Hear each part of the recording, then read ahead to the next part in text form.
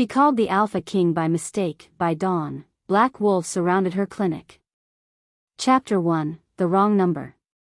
Rain hammered against the clinic windows as Dr. Serafina Vale's trembling fingers dialed the emergency number. 3 months of hiding, 3 months of checking locks twice, and Marcus had found her again. Through the glass door, she could see his silhouette pacing like a caged predator, his fists already bloodied from pounding on her door. The phone rang once, twice, then a voice like molten steel answered. "You've reached the wrong line, little dove." The words sent electricity down her spine, nothing like the police dispatcher she'd expected. Outside, Marcus's cruel laughter echoed as he spotted her through the window, his scarred face twisted with rage and possession. "Please," Serafina whispered into the phone, her back pressed against the medicine cabinet. "He's going to kill me this time. I can't, I don't know who else to call." The stranger's breathing changed, became something deeper, more dangerous. "Where are you?" The question came out like a command that made her bones vibrate. She gave him the address without thinking, something in that voice bypassing every rational thought. Marcus was jimmying the lock now, metal scraping against metal, his voice calling her name in that sing-song tone that used to mean flowers and apologies but now meant bruises and broken ribs. "Stay exactly where you are," the stranger said, and she could hear movement, urgent and powerful. "Do not open that door. Do not let him touch you." The line went dead just as the front door splintered open. Marcus stood silhouetted against the storm, water dripping from his black hair, his eyes reflecting the emergency lighting like an animal's. "Found you, Angel," he whispered, stepping inside with that predatory grace that once made her heart race for all the wrong reasons. Now it just made her want to disappear into the walls. Serafina grabbed a scalpel from the instrument tray, her hand steady despite the terror clawing at her throat. 3 months of self-defense classes, 3 months of building strength he'd stolen from her. "Get out, Marcus. I won't go back to you." He laughed, the sound scraping against her nerves like nails on glass. "You think you can hide from me? Think some new city, some pathetic little clinic will keep you safe?" He moved closer, and she could smell the whiskey on his breath, see the familiar rage building in his dark eyes. "You belong to me, Sarah. You always have." The lights flickered once, twice, then died completely. Emergency lighting bathed everything in hellish red, and in that crimson glow, Serafina saw something impossible. Marcus had frozen mid-step, his head tilted like he was listening to something she couldn't hear. Outside, shadows moved wrong, too fluid, too large. A low growl vibrated through the building, seeming to come from everywhere and nowhere. Marcus's face went pale, his swagger crumbling into something that looked almost like fear. "What the hell?" he started, but his words were cut off by the sound of the front door slamming shut behind him, though no one had touched it. "Before we begin, drop a comment below with your country and what time it is right now where you're watching. Whether it's sunrise in Nairobi, midnight in New York, afternoon in Canada, or evening in the Philippines, I want to know. Don't just sit back, tell me where in the world you are." Now, let's dive into the story. The bruises had faded to yellow-green by the time Serafina signed the lease on the small veterinary clinic in Ravencrest Falls. The landlord, Mrs. Chin, pretended not to notice the way Serafina flinched when doors slammed or how she always positioned herself near exits. "Fresh start," the elderly woman said kindly, pressing the keys into Serafina's palm. "Sometimes that's all we need."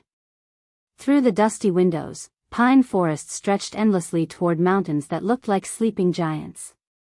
It was beautiful, isolated, and far enough from Chicago that Marcus would never think to look for her here. She'd thrown away her old phone that final night, when Marcus had cornered her in the hospital parking garage after her shift. His apology flowers lay scattered across the concrete, their petals mixing with her blood from where he'd slammed her against the wall. "You can't leave me, Sarah," he'd whispered against her ear, his grip leaving fingerprint bruises on her arms.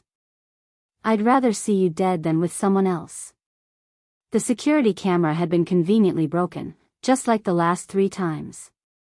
That's when she knew running wasn't cowardice, it was survival. The clinic came with a small apartment upstairs, perfect for someone who needed to disappear.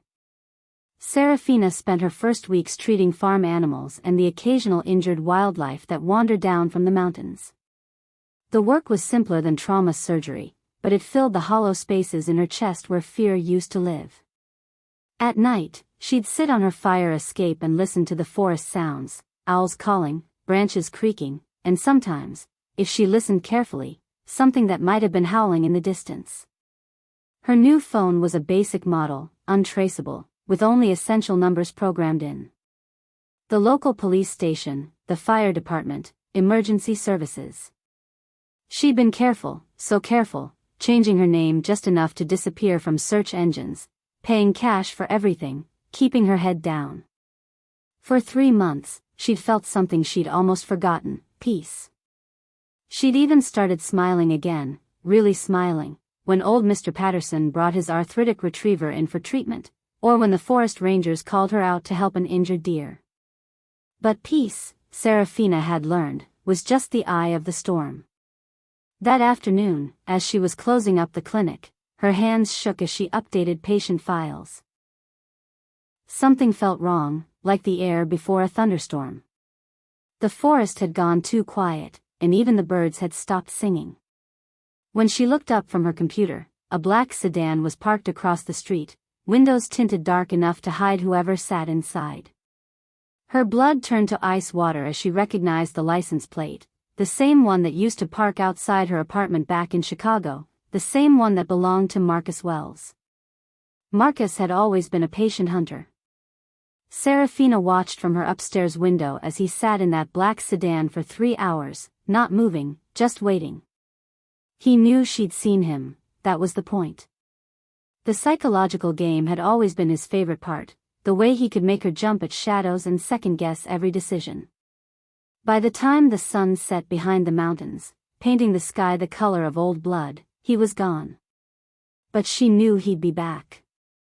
The next morning brought dead roses scattered across her clinic's doorstep, their stems snapped and petals blackened. No note needed, she understood the message perfectly. You can't hide from me. Her hands shook as she swept them into a garbage bag, and Mrs. Chen from next door pretended not to notice. Strange weather we've been having, the old woman said carefully.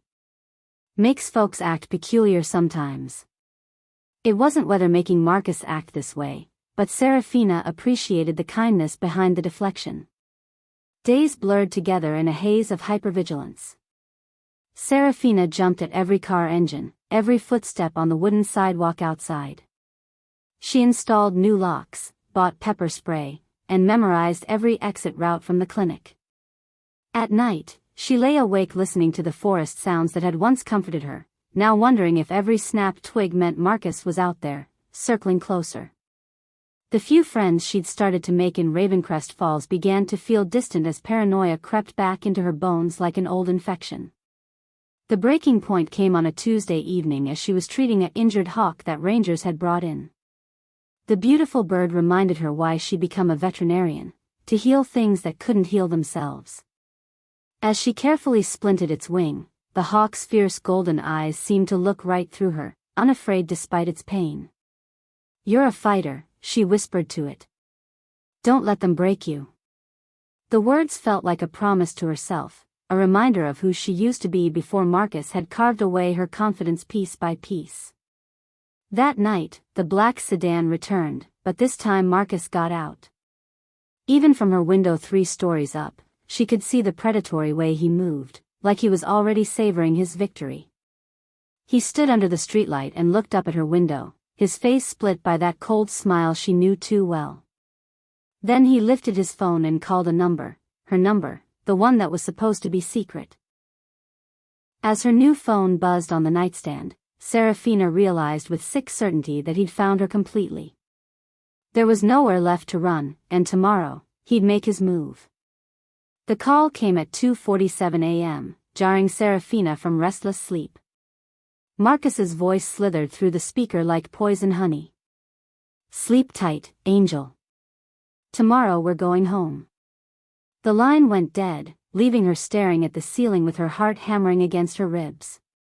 Outside, the forest pressed against her windows like a living thing, shadows shifting in ways that made her question what was real.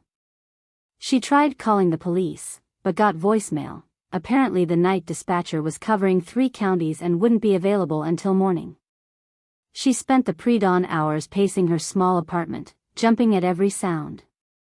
The injured hawk in the clinic below was healing well, its fierce spirit reminding her that some things refused to be broken. As sunrise painted the mountains gold, Serafina made coffee with shaking hands and tried to form a plan. Maybe she could run again, disappear into another city, another identity. But the thought of starting over again, of looking over her shoulder for the rest of her life, felt like drowning in slow motion. The day passed in agonizing normalcy. She treated a colicky horse, gave vaccines to a litter of puppies, and tried to pretend her world wasn't about to collapse. Every time the bell over the door chimed, her pulse spiked, but it was always just regular clients with regular problems. Mrs. Patterson brought cookies and lingered to chat about her garden, unknowingly providing comfort Serafina desperately needed. "You've got good instincts, dear," the old woman said, watching Serafina examine her cat's infected paw. "Trust them." As evening approached, the forest seemed to hold its breath. The usual chorus of birds and insects fell silent, leaving only the whisper of wind through pine needles. Serafina locked the clinic doors early and retreated upstairs, but she could feel him out there, waiting. The black sedan was parked in the same spot as before, but this time she could see Marcus leaning against it, no longer hiding. He wanted her to see him, wanted her to know that the game was almost over. The storm hit just after sunset, turning the world into a chaos of wind and rain and lightning. Serafina pressed her face to the window and watched the sedan's windshield wipers fight against the deluge. Part of her hoped the weather would drive him away, but she knew Marcus too well. He'd waited 3 months to corner her, a little rain wouldn't stop him now. When the power flickered and died, plunging the clinic into darkness, she knew her time was up. The emergency lighting cast everything in hellish red, and through the storm, she could see Marcus walking toward her door with that same confident stride that used to make her feel protected but now meant only pain. Chapter 2, Eyes Like Molten Gold. The voice on the wrong number haunted Serafina's dreams for weeks after that terrifying night.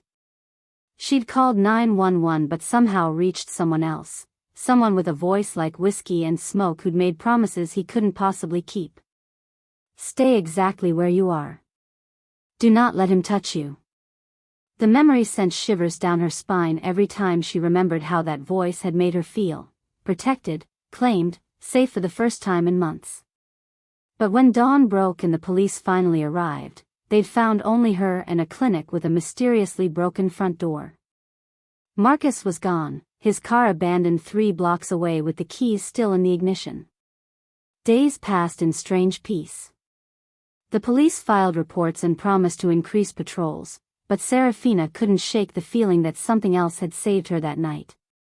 Something that had nothing to do with law enforcement and everything to do with golden eyes that had watched from the forest.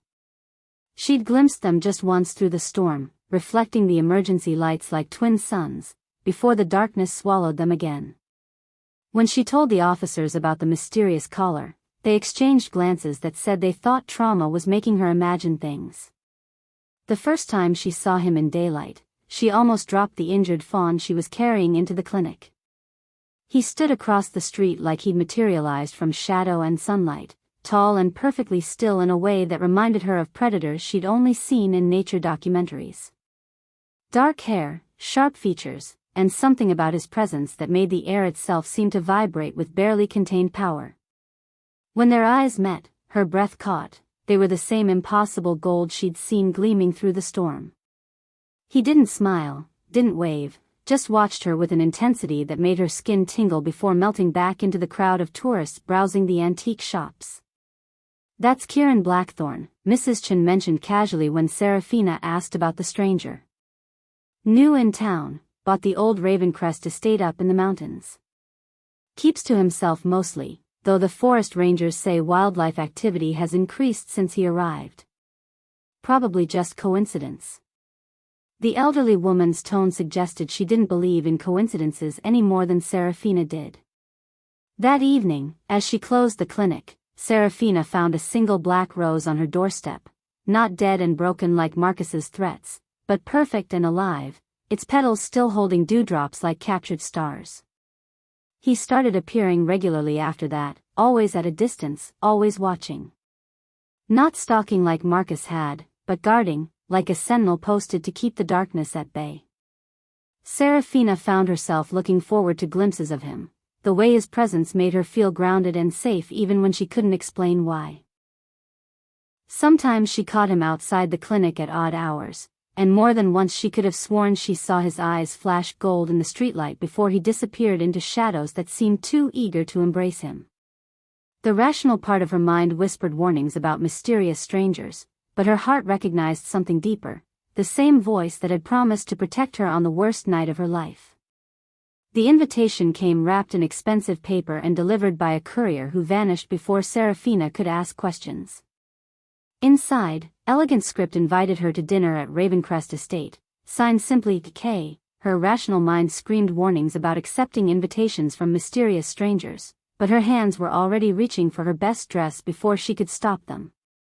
Something about Kieran Blackthorne called to parts of her she'd forgotten existed, the parts Marcus had tried to kill with his fists and his control. As she held the invitation, the paper felt oddly warm beneath her fingers, and for just a moment, she could have sworn she smelled pine forests and something wild and untamed. Ravencrest Estate perched on the mountainside like something from a Gothic romance, all stone towers and ivy-covered walls that seemed to grow from the forest itself. Ancient pines pressed close to the windows, their branches tapping against glass in the evening breeze like skeletal fingers seeking entry. The driveway wound through shadows that seemed deeper than they should be, and as Serafina's taxi pulled away, she felt the weight of absolute isolation settle around her shoulders. When Kieran opened the heavy oak door, her breath caught. Up close, his presence was overwhelming, the sharp angles of his face, the way he moved with predatory grace, the golden eyes that seemed to see straight through to her soul. "Dr. Vale," he said, and even her name sounded different in that voice, like he was tasting something precious. He wore a simple black shirt that emphasized the breadth of his shoulders and dark jeans that somehow looked elegant on his tall frame. But it wasn't his clothes that made her pulse quicken, it was the way he looked at her, like she was the only thing in the world worth focusing on. "You came," he added softly, and there was something almost vulnerable in those words, as if he genuinely feared she might change her mind. The warmth in his voice made her chest tighten with an emotion she couldn't quite name. The interior of Ravencrest Estate took her breath away. Vaulted ceilings soared overhead, supported by massive wooden beams that looked like they'd been hewn from trees older than countries. Tapestries depicting forest scenes covered stone walls, and everywhere she looked, candlelight danced off surfaces that seemed to absorb and reflect the glow in impossible ways. "Your home is incredible," Serafina whispered, her voice echoing slightly in the vast space. Kieran's smile was soft, almost shy. "It's been in my family for generations. Sometimes I think the house has its own personality, its own way of welcoming people it approves of." He led her through corridors lined with portraits of stern-faced ancestors whose eyes seemed to follow their movement. Some of the paintings looked centuries old, the subjects dressed in clothing from eras long past, but there was something familiar about their features, the same sharp cheekbones, the same intense gaze that Kieran possessed. "Your family has quite a history," Serafina observed, pausing before a portrait of a man who could have been Kieran's twin, except for the cruel twist to his lips and something cold in his painted eyes. "That's my brother," Kieran said quietly, his voice carrying an edge that made her look at him sharply. "Damon. We don't speak anymore." The dining room glowed with candlelight that made shadows dance across stone walls like living things. The table was set for two with china that looked like it belonged in a museum and silverware that gleamed like captured starlight. Somehow Kieran had managed to prepare her favorite meal, rosemary chicken with roasted vegetables and a wine that tasted like it had been aged in celestial caves. "How did you know?" she asked, gesturing to the plate that contained exactly what she would have ordered if given infinite choices. His smile was mysterious, almost secretive. "Lucky guess," he said, but there was something in his tone that suggested luck had nothing to do with it. They talked about everything and nothing: her work at the clinic, his travels to places that sounded more like legends than real destinations, the way the forest changed with the seasons like a living entity breathing through time. But underneath the conversation ran a current of electricity that made her skin tingle every time their eyes met. Kieran was an attentive listener, asking questions that showed he was genuinely interested in her thoughts and opinions. When she mentioned her love for healing injured animals, his expression grew warm with something that might have been pride. "You have a gift," he said simply. "Not everyone can ease pain the way you do." "Growing up in foster care teaches you to notice when things are hurting," Serafina replied, then immediately wished she could take the words back. She didn't usually talk about her childhood, didn't like the way people's expressions changed when they learned she'd been unwanted, passed from home to home like a problem no one could solve. But Kieran's face didn't fill with pity or awkward sympathy. Instead, his expression darkened with something that might have been rage on her behalf. "You deserved better," he said quietly, his hands clenching into fists on the table. "You deserved protection, love, someone to fight for you." The words hit her like a physical blow, not because they hurt but because they contained a truth she'd never allowed herself to acknowledge. "I learned not to expect those things," she whispered, staring down at her hands. "Learned that wanting them just led to disappointment." When she looked up, Kieran's eyes were blazing with an intensity that made her breath catch. "You've been hurt," he said, not a question but a statement that made her carefully constructed walls crumble like paper in rain. "Someone made you afraid to want the things you deserve." The dam burst before she could stop it. Serafina found herself telling him about Marcus, about the years of walking on eggshells and apologizing for existing, about running across the country to escape the man who claimed to love her while bruising that love into her skin. The words poured out like poison she'd been carrying too long: how Marcus had isolated her from friends, convinced her that she was lucky anyone could love someone so damaged, made her believe that his jealousy was proof of his devotion rather than evidence of his sickness. He used to say the strangest things, she heard herself admitting, the wine and Kieran's gentle attention loosening her tongue. Phrases that didn't sound like him, like he was quoting someone else. He'd whisper them when he thought I was asleep, or mutter them when he was angry.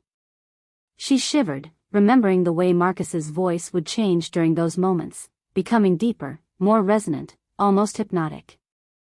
Things like, "the lost must be driven to find their way," and "desperation calls to those who would answer." At the time I thought he was just, I don't know, trying to sound profound or something. The effect of her words on Kieran was immediate and terrifying. All the warmth drained from his face, leaving behind something cold and deadly that made the air in the room feel suddenly thin. His hands, which had been relaxed on the table, slowly curled into fists so tight she could hear his knuckles crack. When he spoke, his voice was barely controlled, like a man trying not to scream. "What else did he say?" "Think, Serafina." "What other phrases?" Something in his tone made her stomach clench with sudden fear, not of him but of whatever had put that look in his eyes. He used to tell me that, the hunted always runs to the hunter's arms when I tried to leave. And once, when I was crying after he'd hit me, he said something about blood calling to blood across the void. I remember because it was so unlike him. Marcus wasn't poetic or mystical. He was just. She trailed off, watching Kieran's face grow paler with each word. "Cruel," Kieran finished, his voice like grinding stone. "Possessive. Violent. But not particularly imaginative." He stood abruptly, beginning to pace the length of the dining room with predatory restlessness. "Those phrases, they're not human expressions, Serafina.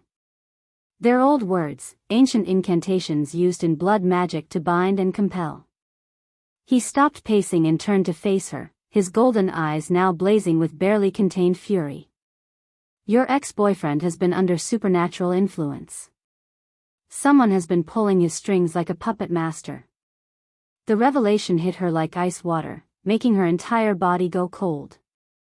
That's impossible. Supernatural influence? Magic isn't, but even as she started to protest, pieces began falling into place with sickening clarity. The way Marcus's personality had changed so dramatically after they'd been together for 6 months. How he'd seemed to know things about her that she'd never told him. The strange, almost hypnotic quality his voice sometimes took on when he was angry. You're saying someone was controlling him? Not controlling, Kieran corrected grimly. Influencing. Amplifying his worst impulses, feeding his obsession, giving him tools to track you that no human should possess. He moved to the massive stone fireplace, bracing his hands against the mantel as if he needed the support. The phrases you mentioned, they're part of a hunting ritual, a way to drive prey toward a predetermined destination. Someone wanted you desperate enough to call for help, knowing that supernatural desperation always reaches the nearest alpha. Alpha? The word slipped out before she could stop it, and Kieran's shoulders tensed like she'd struck him. What do you mean, alpha? Alpha what? But even as she asked, part of her already knew. The predatory grace, the way animals seemed drawn to him, the golden eyes that blazed too bright to be entirely human. You're not just mysterious, are you? You're something else entirely. Kieran turned slowly, and in the candlelight, his features looked sharper, more angular, definitely not entirely human. I'm a werewolf, he said simply. Alpha king of the mountain packs that have lived hidden in these forests for centuries. And someone has been using your ex-boyfriend to drive you straight into my territory. His laugh was bitter, devoid of any warmth. The question is whether they wanted me to kill you or claim you. Either outcome would serve their purposes.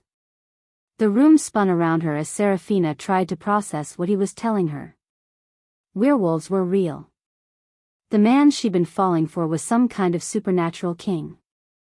And Marcus, poor, sick, obsessed Marcus, had been nothing more than a weapon in someone else's game. Who would do that? Who would use someone's mental illness as a tool? The thought made her feel sick, not just for herself but for Marcus, who'd been as much a victim as she had. Someone who knows me well enough to understand my weaknesses, Kieran said quietly. Someone who knows that I've spent decades avoiding emotional attachments because they can be used against me. His eyes met hers across the room, and she saw pain there, old and deep and carefully hidden. Someone who would see my protection of you as either a fatal flaw to exploit or a chain to bind me with. A terrible suspicion began to form in her mind. The portrait in the hallway. Your brother. The one you said you don't speak to anymore. Kieran's face went completely still, confirming her guess before he even spoke. Damon was exiled from the pack 15 years ago for trying to overthrow my leadership. He's been nursing his grudges ever since, building power in the shadows, waiting for the perfect moment to strike. He moved back to the table, his movements now carrying a dangerous edge. Using an innocent human's mental illness to manipulate an alpha king? That's exactly the kind of twisted plan Damon would devise. So Marcus never really loved me, Serafina said quietly, the words cutting deeper than she'd expected. It was all just supernatural manipulation. The thought should have been liberating, all those years of wondering what she'd done wrong, why she hadn't been enough to make him happy, and it had never been about her at all. But instead, it just felt hollow, like someone had stolen even her right to her own pain. No, Kieran said fiercely, crossing the room to kneel beside her chair. What Marcus felt was real, even if it was amplified and twisted. Damon's magic doesn't create emotions from nothing. It takes what already exists and corrupts it, feeds it, turns it into something monstrous. His hands covered hers, warm and steady and absolutely real. Your ex-boyfriend's obsession with you was genuine. Damon just gave it supernatural strength and direction. And now, she asked, looking into those impossible golden eyes. What happens now that I know? Now that I'm here, wherever here really is? She gestured around the candlelit room that suddenly felt more like a stage set than a dining room, a carefully prepared scene in someone else's play. Am I supposed to just go back to my normal life and pretend I never learned that werewolves are real and that I've been a pawn in some supernatural family drama? Kieran's hands tightened on hers, and for a moment, something wild and desperate flickered across his features. I won't let him hurt you. Whatever Damon's endgame is, whatever he's planning, you're under my protection now. That means something in our world, something binding and absolute. His voice dropped to a whisper that seemed to resonate in her bones. But it also means you can never go back to your old life. Once you're connected to an Alpha King, that connection is permanent. Other supernaturals will be able to sense it, smell it on your skin.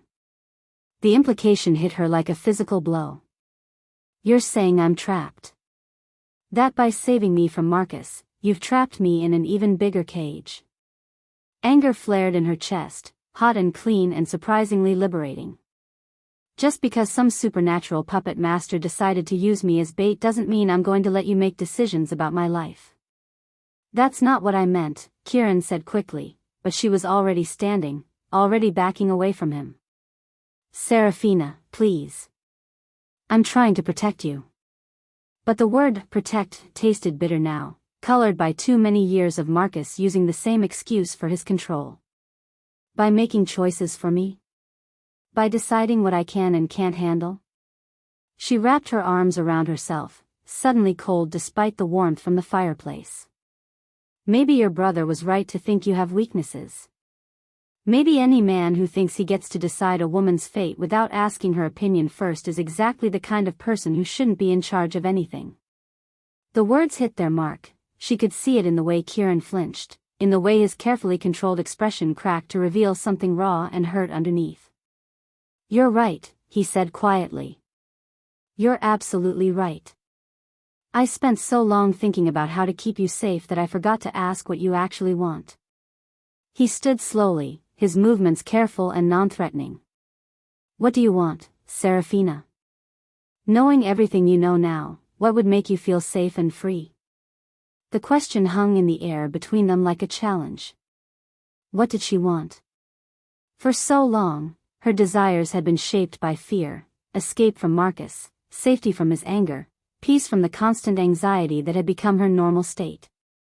But now, looking at this powerful, dangerous man who just offered to put her choices above his own supernatural politics, she realized she wanted something she'd never dared to want before. I want the truth, she said finally. All of it. About your world, about what being connected to you really means, about what dangers I'm actually facing. She took a step toward him, then another, drawn by something deeper than logic or self-preservation. And I want to make my own choices about what risks I'm willing to take and what fights I'm willing to be part of. Kieran's smile was like sunrise after the longest night. The truth, he repeated, and there was something almost reverent in his voice. Even if it's stranger and more dangerous than anything you've ever imagined? When she nodded, he gestured toward the massive windows that looked out over the moonlit forest. Then let me show you my world, Serafina Vale. Let me show you what you've stumbled into, and what your courage has already started to change. As the evening wound toward its close, Kieran walked her to the edge of the estate where the forest path began. The moon was full overhead, turning everything silver and strange, and in that ethereal light, Serafina could see the truth of what he was more clearly than ever before. The predatory grace wasn't an affectation, it was nature, the way he was built to move through the world. The golden eyes weren't just unusual coloring, they were the eyes of something wild and ancient and utterly non-human. Thank you, she whispered, not just for dinner but for the way he made her feel human again, valuable again, worth protecting. For treating her like someone capable of making her own choices instead of a fragile thing that needed to be managed and controlled. When he lifted his hand to brush a strand of hair from her face, his fingers were warm as summer stone, and for a moment his eyes blazed so bright they could have been tiny suns. The forest held its breath around them, and Serafina felt like she stood on the edge of a cliff, ready to fall into something that would change her forever. "The choice is yours," Kieran said softly, his voice carrying the weight of absolute sincerity. "Whatever comes next, whatever my brother has planned, whatever dangers arise, the choice of how to face them is yours. I'll give you all the information I have, all the protection I can offer, but the decisions will be yours to make." His thumb traced along her cheekbone, gentle as a whisper. "That's a promise, Serafina. From me to you, supernatural politics be damned." As she walked back down the mountain path toward her car, Serafina's mind raced with everything she'd learned. Marcus had been a puppet, she'd been bait, and somewhere out there, a supernatural puppet master was probably watching and waiting to see what his elaborate trap had caught. But for the first time in years, she wasn't afraid. She was angry, which was so much better than fear. She was curious, which was so much better than resigned. And she was determined to face whatever came next on her own terms, with eyes wide open and choices freely made. Behind her, golden eyes watched from the estate's windows until her taillights disappeared around the mountain curve. And in the deepest shadows of the forest, other eyes watched too, cold and calculating and absolutely patient. The game was far from over, but all the players were finally in position. Now it was time to see which choices would lead to salvation, and which would lead to destruction. Chapter 3, The Beast Revealed. The attack came 3 nights later, just as Serafina was locking up the clinic. Marcus stepped out of the shadows like he'd been waiting there for hours, his face twisted with the rage that had once terrified her into submission. But something had changed in her during those stolen hours with Kieran. Her spine stayed straight, her voice stayed steady. "Hello, Angel," Marcus whispered, blocking her path to the car. "Miss me?" The familiar sick smile played across his lips, but for the first time in years, Serafina didn't automatically step backward. "I told you to stay away," she said, her hand closing around the pepper spray in her pocket. Marcus laughed, the sound scraping against her nerves like broken glass. "You think you can replace me? Think some mountain hermit can protect you better than I can?" His eyes glittered with malicious pleasure as he pulled out his phone, scrolling through photos that made Serafina's blood turn to ice water.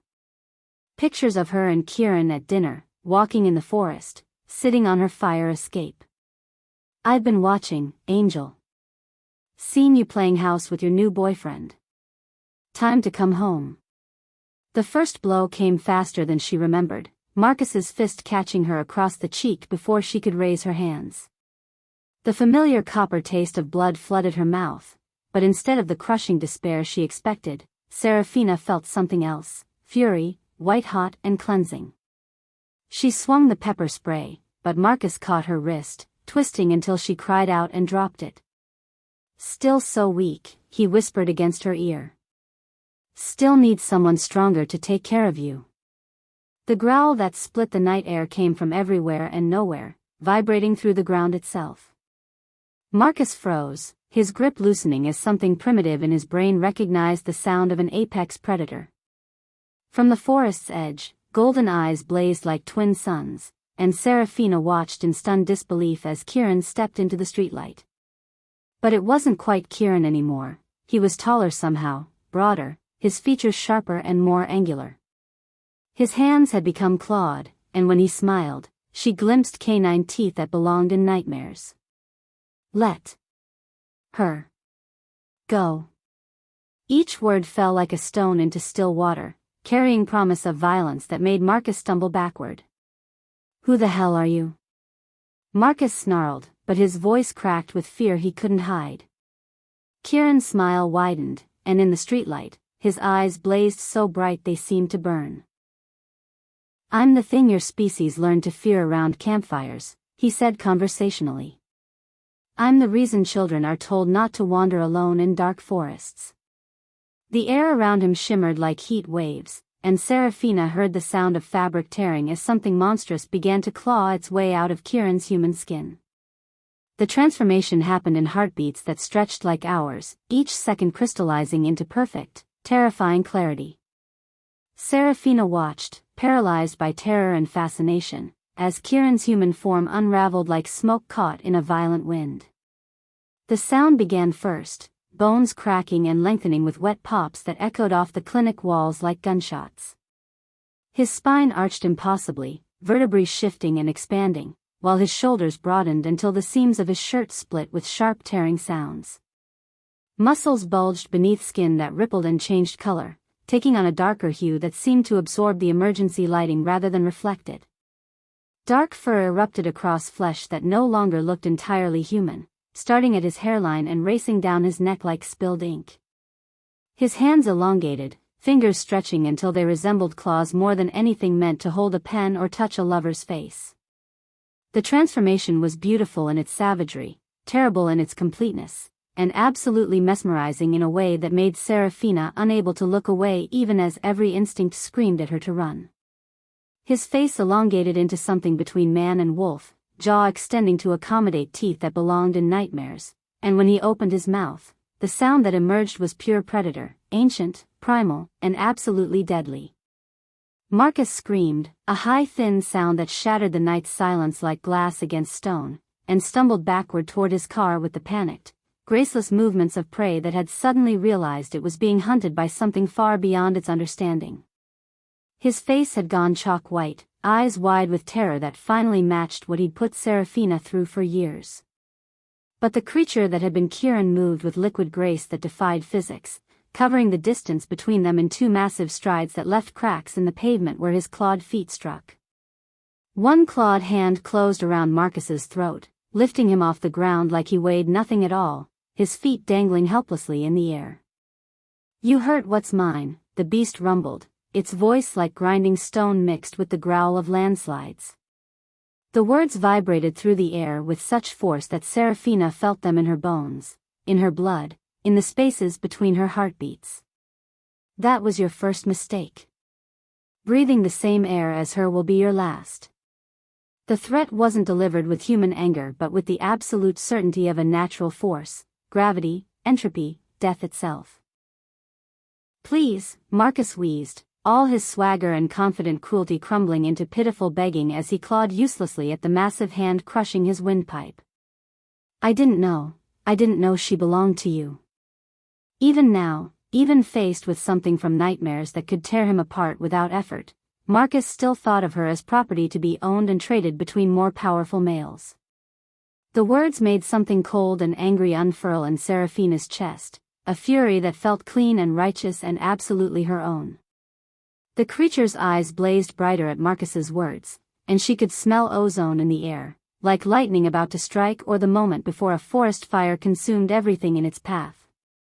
"I'm not his property," Serafina found herself saying, her voice cutting through the tension like a blade forged from pure will.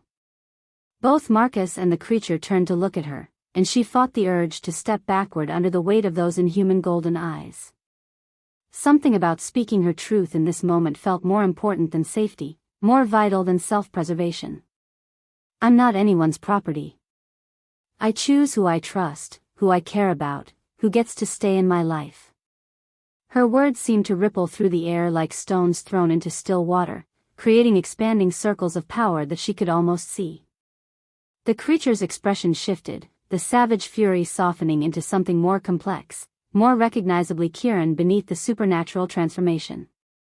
"And I choose you," she whispered to those burning eyes, taking a step forward instead of back, moving toward the very thing that should have terrified her beyond reason.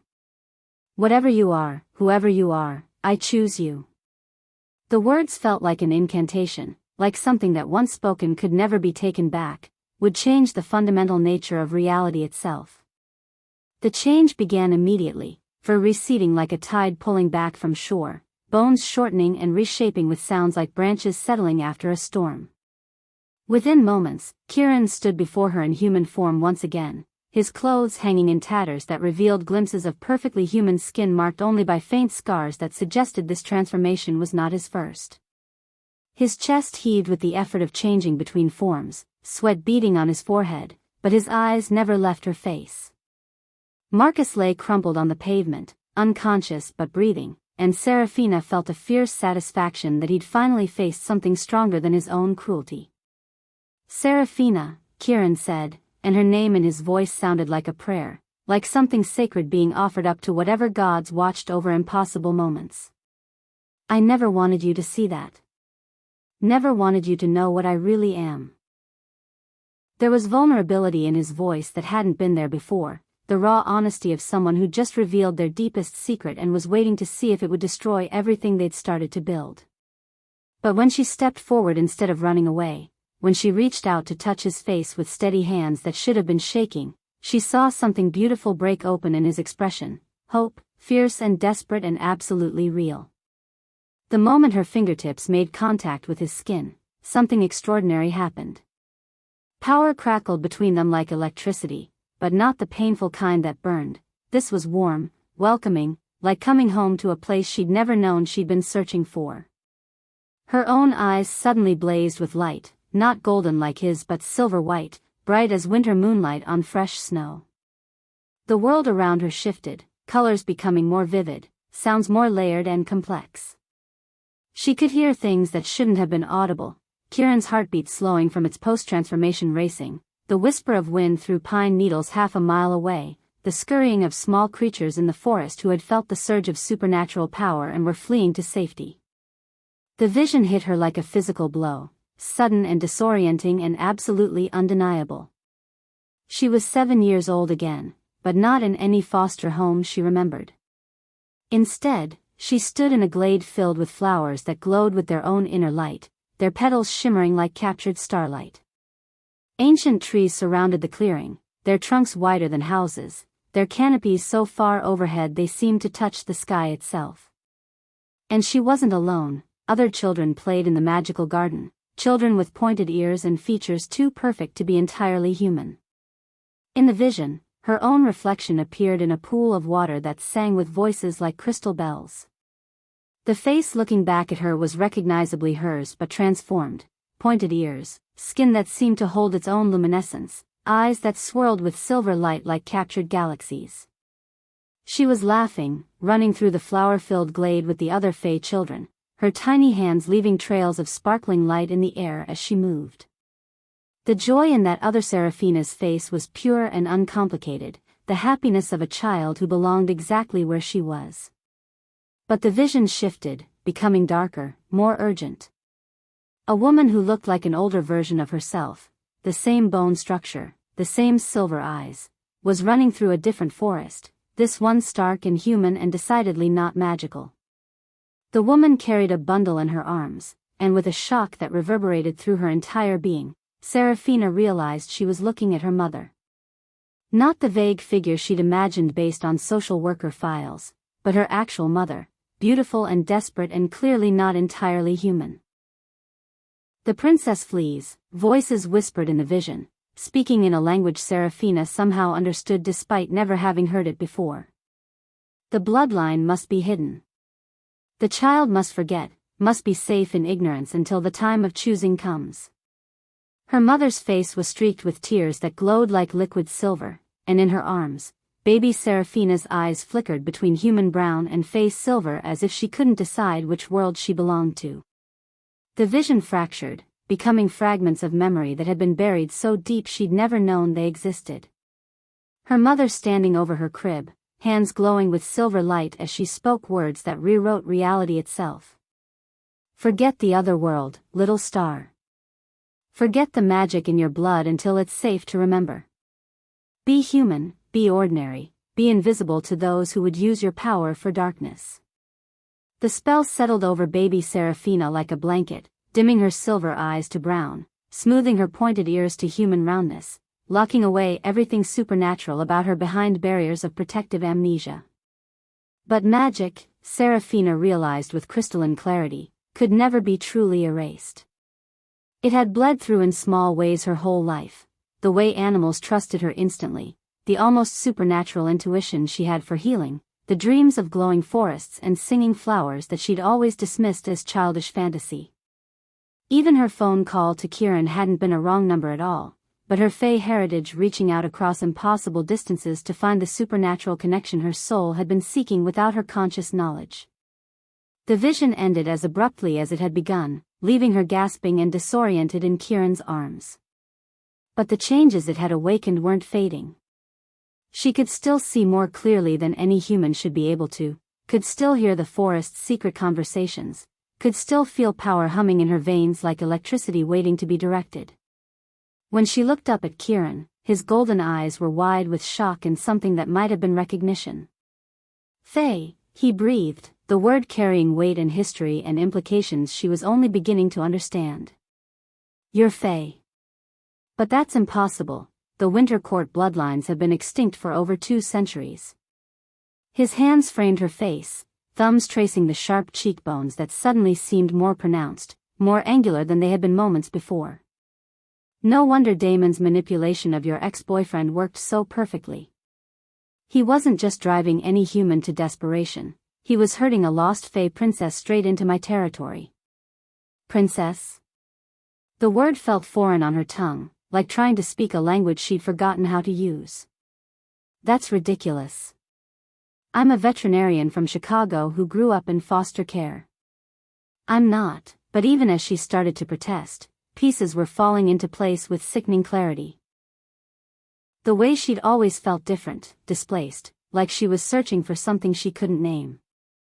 The dreams of impossible places and magical creatures that had haunted her sleep since childhood. The fact that no amount of therapy or medication had ever made her feel truly at home in the human world. "The timing makes sense," Kieran continued, his voice taking on the analytical tone of someone working through a complex puzzle. "Your mother would have fled during the last great war between the courts, when the Winter Fae were being systematically hunted to extinction. She probably used the last of her power to hide you in the human world, wiping your memories to keep you safe until you were old enough to choose your own path." His eyes blazed brighter as understanding dawned. "That's why my brother's plan worked so well. Supernatural desperation calls don't just reach the nearest alpha, they reach the nearest supernatural being capable of helping. Your Fae heritage was calling to mine across the void." The implications hit her like successive waves, each one more overwhelming than the last. "So everything that happened, Marcus, the stalking, the phone call, ending up here, it was all because I'm not human?" The thought should have been liberating, an explanation for why she'd never quite fit anywhere. Instead, it felt like another layer of manipulation, another way she'd been used as a pawn in games she didn't understand. "Does anything about me belong to me, or am I just the product of other people's choices and magical bloodlines?" "Your courage belongs to you," Kieran said firmly, his hands still cradling her face like she was something precious and fragile. "Your compassion, your strength, your refusal to be treated as property, none of that comes from magic or bloodlines. That's all you, Seraphina. The Fae heritage just explains the power I can see building in your eyes." As if summoned by his words, silver light began to swirl in her irises again, responding to her emotions like a visible manifestation of her inner state. Around them, the night seemed to hold its breath, as if the forest itself was waiting to see how she would respond to this revelation. Marcus remained unconscious on the pavement, but his presence felt insignificant now compared to the magnitude of what she'd discovered about herself. She wasn't just a human who'd stumbled into supernatural politics, she was a supernatural being who'd been hiding in the human world, and now the truth of what she was could never be buried again. "What happens now?" she asked quietly, her voice carrying new harmonics that hadn't been there before, undertones that seemed to resonate with the wind itself. "If I'm some kind of Fae princess, if my mother fled from a war, if I've got magical bloodlines, what does that mean for my life? For us?" The "us" slipped out before she could stop it, but she didn't try to take it back. Whatever was happening between her and Kieran felt as inevitable as gravity now, a connection that transcended species and politics and every rational reason why it shouldn't work. "It means," Kieran said slowly, his golden eyes never leaving her silver ones, "that you're far more powerful than either of us realized. It means that every supernatural faction in North America is going to want to either recruit you or eliminate you once word gets out. And it means that my brother's games just became infinitely more dangerous." He paused, seeming to weigh his next words carefully. But it also means that you're not helpless anymore. Fey magic is older and stronger than werewolf power, especially Winter Court bloodlines. You just need to learn how to access it. As if responding to his words, power surged through her veins like liquid starlight. Without conscious thought, she extended her hand toward a patch of withered grass near the clinic's entrance, and silver light flowed from her fingertips like water. Where it touched, the dead grass sprang back to life, growing green and lush and vibrant with supernatural health. Flowers bloomed in its wake, petals glowing with the same silver radiance that now filled her eyes. The display of power should have terrified her, but instead it felt like breathing after holding her breath for her entire life. This was what had been missing, what she'd been unconsciously searching for in every foster home and relationship and career choice. Not just the magic itself, but the sense of belonging to something larger than the mundane human world that had never quite felt real to her. Beautiful, Kieran whispered, watching the flowers bloom at her touch. And dangerous. Damon won't be the only one who'll want to use power like that for their own ends. His expression grew troubled, and she could see him already calculating threats and defenses, planning how to keep her safe in a world that had just become infinitely more complex. We need to get you somewhere secure, somewhere you can learn to control your abilities before. Before what? Serafina interrupted, stepping back from his protective instincts with newfound confidence. Before I make my own choices about what to do with my heritage. Before I decide for myself what risks I'm willing to take. Silver light danced around her fingers as her emotions intensified, and she could feel the night responding to her power, shadows deepening where she wanted privacy, moonlight brightening where she needed to see clearly. Kieran's smile was rueful but genuine. Before you remind me again that you're not someone who needs to be managed or controlled, he said softly. You're right. These are your choices to make, your powers to explore or ignore as you see fit. He gestured to the flowering grass at their feet, to the silver radiance that still swirled in her eyes. But I hope you'll let me help you navigate this world. There are rules and politics and dangers that you've never had to consider before. I'll take the help, Serafina agreed, feeling the truth of it settle into her bones. But as a partner, not as someone you're protecting. Whatever comes next, we face it together or not at all. The words carried power, she could feel it, not magical compulsion but the simple force of absolute honesty. Around them, the forest seemed to sigh with approval, and she had the strangest sense that the natural world itself was welcoming her home. As they stood together in the silver-touched darkness, Marcus forgotten on the pavement behind them, Serafina felt the last of her old life falling away like a discarded skin. The frightened veterinarian who'd run from Chicago was gone, replaced by someone who could make flowers bloom with her touch and see truth in the spaces between shadows. She didn't know what challenges lay ahead, what enemies might emerge from her newfound heritage, or what it really meant to be Fae in a world that had forgotten magic existed. But for the first time in her life, she felt like she was exactly where she belonged, standing between two worlds with power flowing through her veins and someone beside her who saw her true nature and wasn't afraid. The silver light in her eyes blazed brighter as she smiled, and somewhere in the forest, something wild and ancient stirred in response, recognizing the return of magic that had been sleeping too long. Chapter 4, The Alpha's Choice. Dawn painted the sky in shades of gold and crimson as Serafina sat in Kieran's living room, trying to process everything that had shattered her understanding of the world in the space of a single night. The ancient stone walls seemed to pulse with their own life, and she could swear she heard whispers in languages that predated human civilization echoing through the corridors. Werewolves were real, dwelling in hidden societies that stretched back millennia. The man she'd been falling for was an alpha king, ruler of the mountain packs that had lived concealed in these forests for centuries, wielding power that could reshape the very landscape around them. And somehow, impossibly, he'd chosen to protect her above all else, even knowing it could cost him everything he'd built. The council won't understand, Kieran said quietly, pacing before the massive stone fireplace like a caged wolf, his movements carrying the restless energy of someone whose human form could barely contain what lay beneath. Every few steps, she caught glimpses of something more than human in his posture, the way his head tilted to catch sounds she couldn't hear, the predatory grace that made him seem to flow rather than walk across the room. An alpha king taking a human mate, it goes against everything they believe, everything our laws have been built on for over 1,000 years. His voice carried the weight of centuries, and she realized with a start that he'd lived through more history than she could comprehend. Maybe I don't care what they believe, Serafina replied, surprising herself with the steel in her voice that seemed to ring with newfound power.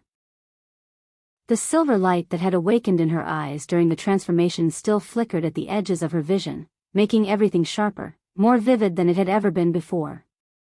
Maybe I'm tired of letting other people's opinions control my life.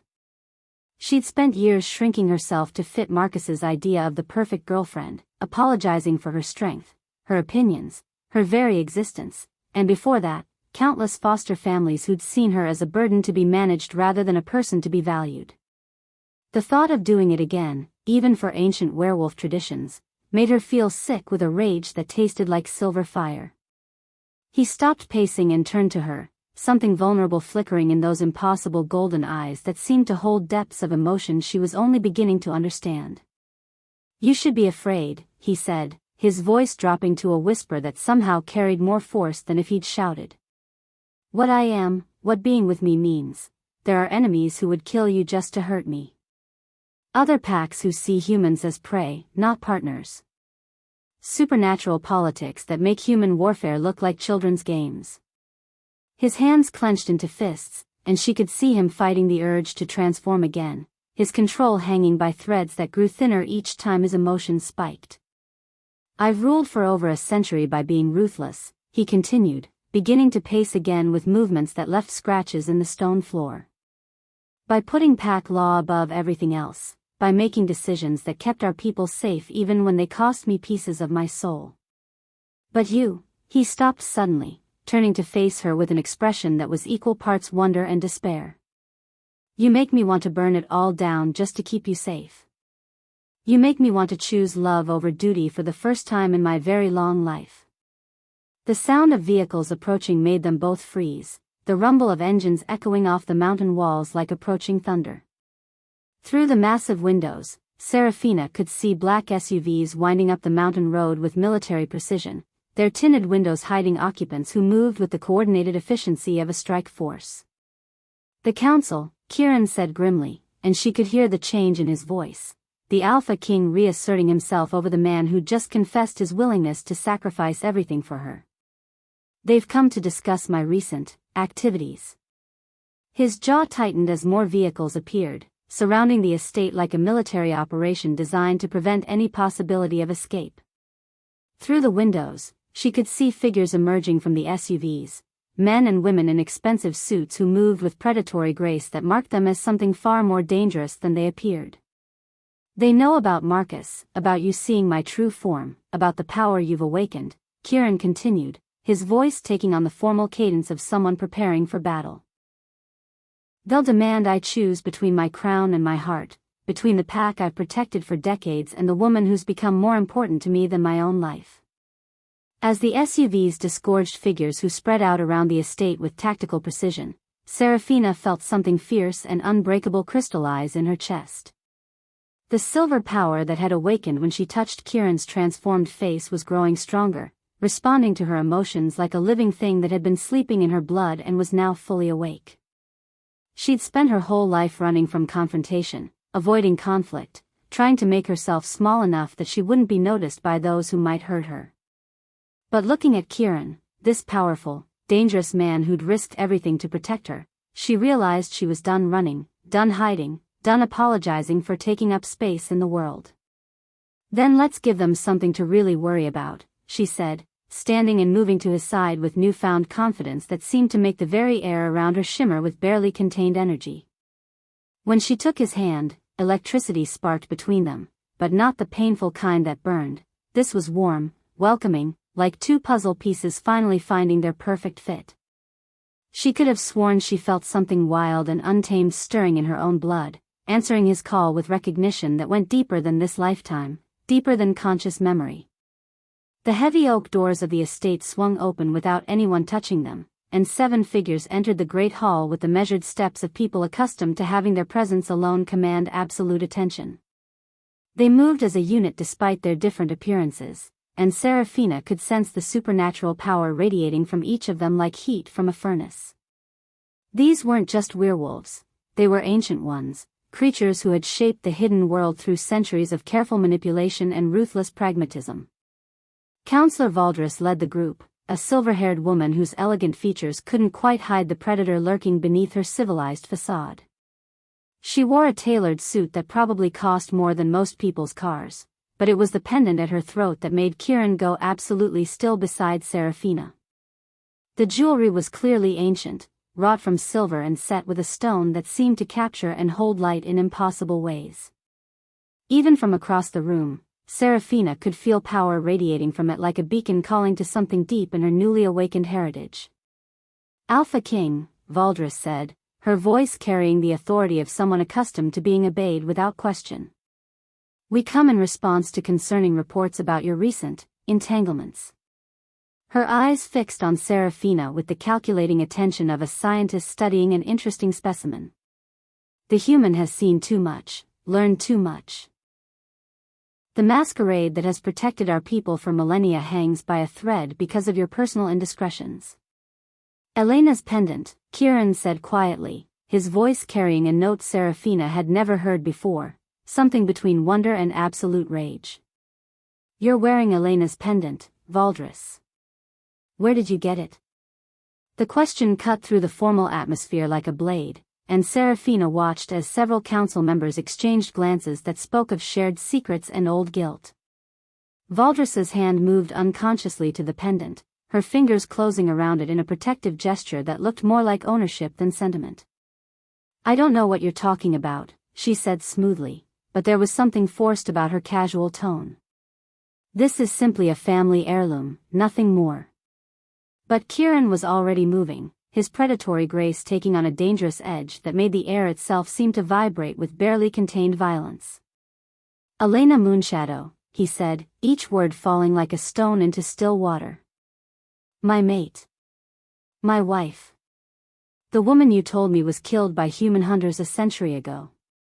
His golden eyes blazed brighter with each word, and Seraphina could feel the temperature in the room rising as his barely contained fury began to manifest as actual heat.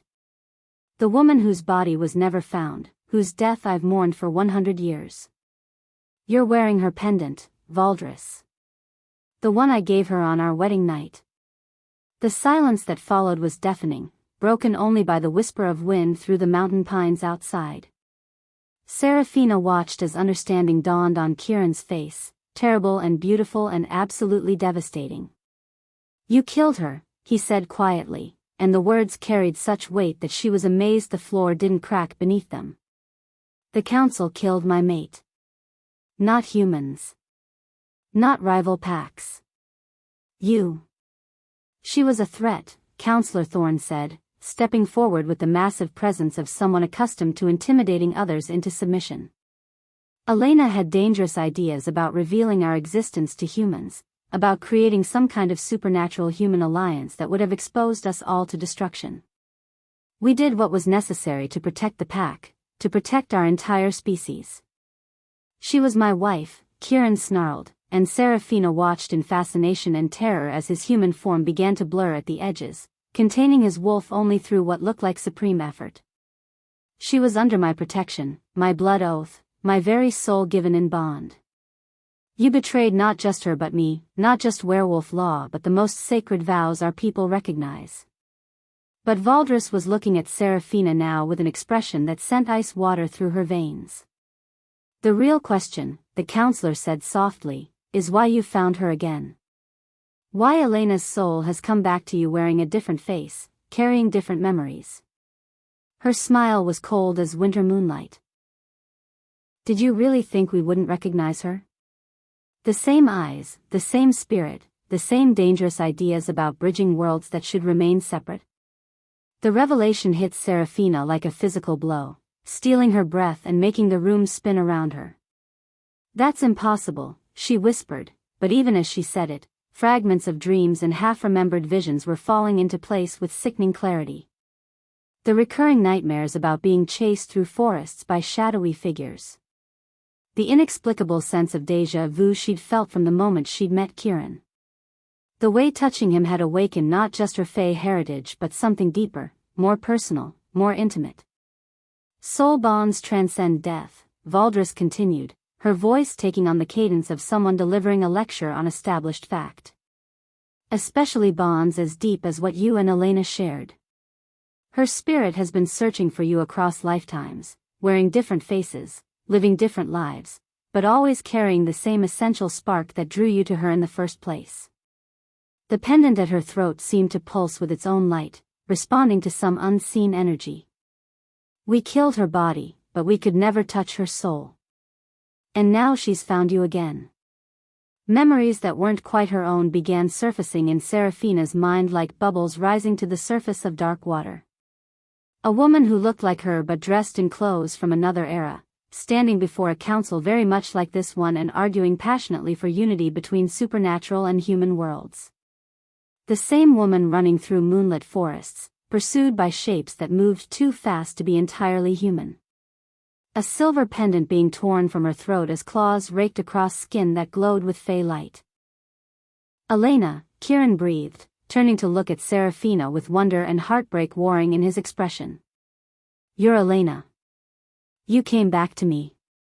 But even as joy began to bloom on his face, Valdris was speaking again, her words cutting through the moment like a blade designed specifically to cause maximum damage. Which is exactly why she has to die, the counselor said with the casual tone of someone discussing the weather. Again. Elena was dangerous enough when she was a pure-blood fae with full access to her memories and powers. But now she's awakened as something else entirely, a hybrid with both fae and human experiences, someone who's lived in both worlds and understands them in ways that make her infinitely more threatening to our carefully maintained secrecy. The attack came without warning, but not from the direction Seraphina expected. Instead of the council members moving against them, the windows exploded inward as massive shapes hurled themselves through the glass. Wolves the size of small horses poured into the great hall with military precision, their eyes glowing with supernatural intelligence and their movements coordinated like a well-trained strike force. The Crimson Moon Pack, Thorn announced with satisfaction, as if he was revealing a card he'd been holding in reserve. They've come to challenge for leadership while the Alpha King is, distracted by personal matters. But there was something too convenient about the timing, something that spoke of orchestration rather than coincidence. These weren't random challengers, they were assassins, sent to eliminate both Kieran and Seraphina while making it look like normal pack warfare. Kieran's transformation this time was immediate and violent, his human form exploding into wolf shape without the gradual change she'd witnessed before. But he wasn't the only one changing. Around the room, the council members were shifting as well, revealing forms that spoke of centuries of accumulated power and ruthless experience. This wasn't going to be a fair fight, and everyone in the room knew it.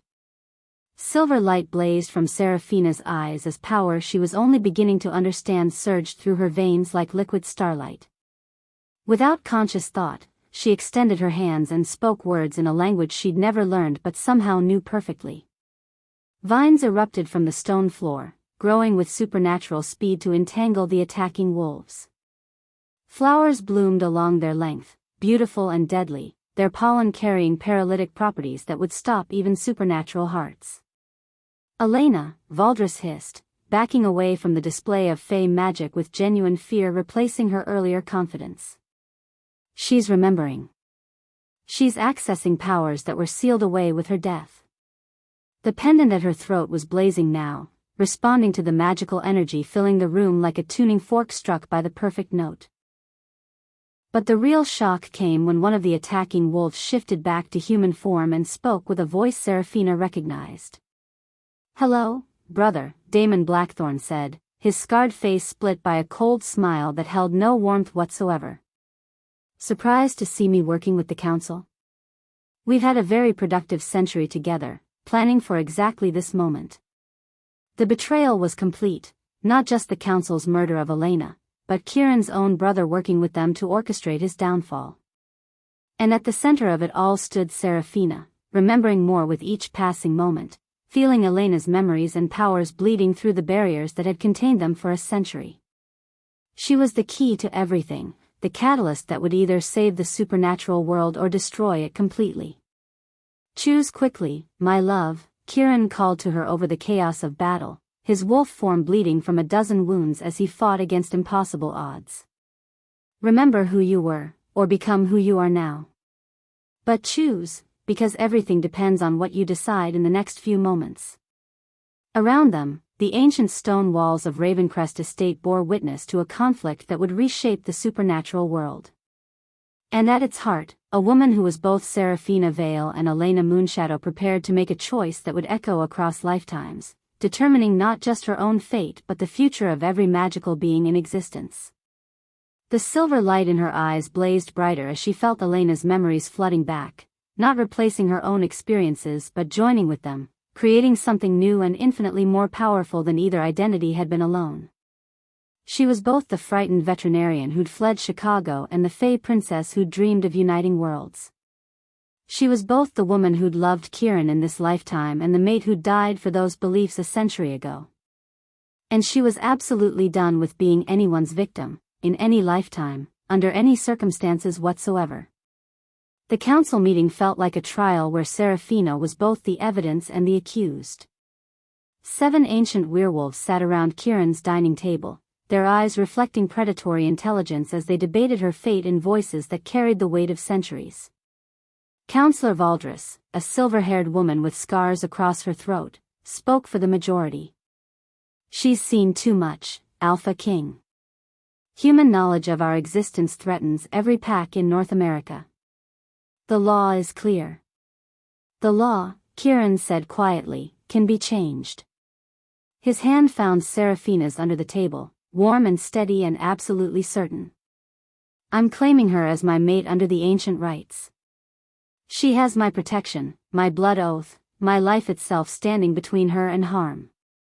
A collective intake of breath went around the table, and Seraphina felt the weight of their stares like physical pressure. Being claimed by an Alpha King, apparently, was either a great honor or a death sentence, possibly both.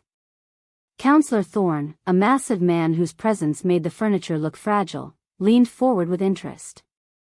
"A human mate hasn't been claimed in over 300 years, young king." The bloodline implications alone. He was cut off by a sound that made everyone freeze, howls echoing from the forest, wild and urgent and definitely not part of any planned ceremony. Through the windows, shapes moved between the trees, wolves, dozens of them, circling the estate with military precision. "Rival pack," Valdris hissed, her elegant facade cracking to reveal something feral underneath. They must have been watching, waiting for the council to gather. The howls grew closer, and Seraphina could see golden eyes gleaming in the morning shadows. "They mean to challenge for leadership while we're all in one place." Kieran was already moving, his human form blurring at the edges as he prepared for battle. "Get her to the safe room," he commanded the council, but Seraphina was already shaking her head. "I'm not hiding anymore," she said firmly, even as chaos erupted outside. Windows shattered as massive shapes hurled themselves against the glass, and the smell of fur and blood filled the air. "I chose this world, chose you. I'm not running from the consequences." As Kieran's eyes blazed gold with pride and terror, as the council members shifted into forms that belonged in mythology textbooks, Seraphina felt something impossible stirring in her blood, a wildness that felt like coming home, like she'd been asleep her whole life and was only now waking up. In the distance, more howls answered the attackers, and she realized with crystal certainty that whatever happened next, she would face it standing beside the Alpha King who had given her back her strength. But as the battle began in earnest, as claws met fangs and the ancient laws of pack dominance played out in blood and fury, neither Seraphina nor Kieran noticed the figure watching from the forest's deepest shadows, a woman with silver hair and eyes like winter storms, whose smile promised that the real danger was only just beginning. For the first time, Seraphina felt safe in Kieran's arms, but in the shadows of the mountains, another pair of ancient eyes had already chosen her fate.